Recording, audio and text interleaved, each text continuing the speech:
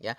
Jadi recurrent neural network itu merupakan neural network yang kita manfaatkan untuk menghandle data-data yang jenisnya merupakan data sekuensial. Oke, sekarang bagaimana recurrent neural network ini? Apa yang harus kita ubah dari ANN supaya dia berubah jadi recurrent neural network? Sekarang kita lihat bersama-sama ilustrasinya di slide yang berikutnya ya. Oke, di hadapan kalian ini di sini ada 3 buah layer, masing-masing layer ada beberapa neuron. Dan saya rasa kalian sudah sangat familiar dengan diagram ini. Jadi yang paling atas saya sebutnya sebagai output layer, lalu di sini yang tengah hidden layer, dan yang paling bawah ini input layer saya. Masing-masing neuron di masing-masing layer itu saya hubungkan ke layer-layer yang lain sehingga membentuk sebuah jaringan saraf ya, atau membentuk sebuah fully connected layer. Nah, biasanya kalian membangun sebuah artificial neural network bentuknya seperti ini. Oke, untuk mengubah ANN menjadi RNN, pertama saya harus mengemas gambarnya dulu menjadi lebih sederhana ya. Ini saya ubah gambarnya menjadi berikut. Oke, jadi kebanyakan neuron nanti akan membingungkan kalian. Saya hanya gabungkan neuron-neuronnya jadi satu buah layer di sini. Intinya, yang kalau kalian melihat notasi X itu merupakan input layer. Kalau kalian melihat notasi H, itu artinya adalah hidden layer. Kalau kalian punya notasi Y dengan topi atau Y hat, itu prediksi kalian. Biasanya kalian mempunyai artificial network dengan arsitektur seperti ini.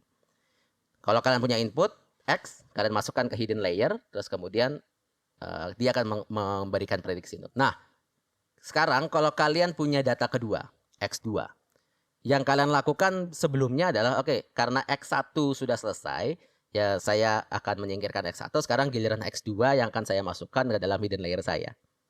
Ya, jadi biasanya kan kita melakukan hal seperti itu. Nah, tapi di sini beda. Jangan melakukan seperti ini karena dengan melakukan seperti ini, kita kehilangan ingatan kita tentang data yang sebelumnya. Karena padahal X2 ini bergantung sama data X1. Oke, sehingga gak jadi, jangan buang dulu yang satu, saya balikin lagi. Nah, sekarang konsepnya agak berbeda. Makanya tolong perhatikan di bagian ini supaya kalian bisa memahami kunci dari RNN. Jadi, biarkan X1 masuk ke H, terus kemudian hidden layer-nya itu akan melakukan prediksi. Si X2 ini, ya, X2 ini itu nantinya juga akan saya masukkan ke dalam hidden layer. Cuma ada sedikit perubahannya, yakni si X2 memang saya masukkan hidden layer, tapi nggak sendirian X2 yang saya masukkan. Jadi inputnya nggak hanya X2. Supaya saya bisa mempropagasikan informasi dari data yang pertama, maka output dari hidden layer yang pertama juga akan saya masukkan ke dalam hidden layer yang saya akan gunakan untuk input X2-nya. Jadi diagramnya seperti ini. Oke, sebelumnya kan X2 ini ya masuk saja ke hidden layer, kemudian ya udah inputnya hanya X2 saja. Tapi sekarang ganti. Supaya kita punya memori, supaya kita punya informasi tentang data yang sebelumnya, saya juga masukkan output dari hidden layer yang pertama. Jadi sekarang inputnya ada 2, yakni dari hidden layer pertama dan juga dari X2. Kemudian saya gabungkan nilainya dan saya akan mendapatkan output yang kedua juga. Y2 atau Y hat 2. Saya akan lakukan terus. Misalkan saya punya data ketiga.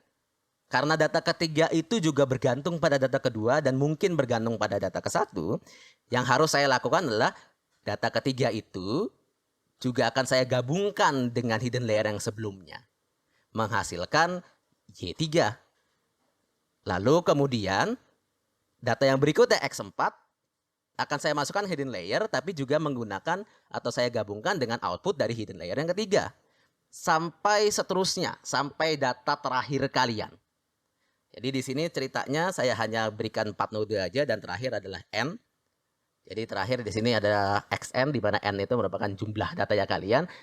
Yang kalian lihat di slide ini itu merupakan recurrent neural network. Ini arsitektur recurrent neural network. Jadi dengan arsitektur ini untuk data sebagai contoh X4 ini ya, data keempat, saya punya informasi tentang data ketiga.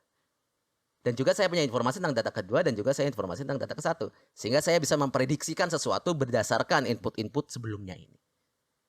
Nah, dengan melakukan hal seperti ini, kita bisa melakukan prediksi data berdasarkan data-data yang sebelumnya.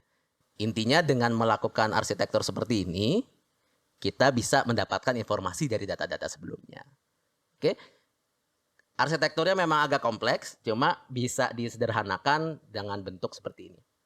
Ya, kalau kalian cek di literatur online atau kalian cari di internet, biasanya kalau kalian cek RNN, diagramnya biasanya seperti ini. Gitu ya. Jadi output dari hidden layer itu nggak cuma ke output aja, tapi balik lagi ke hidden layer tersebut. Hidden layer 2, hidden layer 3, hidden layer 4, hidden layer 5, dan seterusnya. Oke, jadi di sini, ini merupakan arsitektur RNN. Kita udah berhasil mengubah dari ANN menjadi RNN di sini. Oke. Sekarang kalian sudah paham tentang garis besar dari recurrent neural network. Tapi mungkin kalian melewatkan sedikit detail dari recurrent neural network tersebut.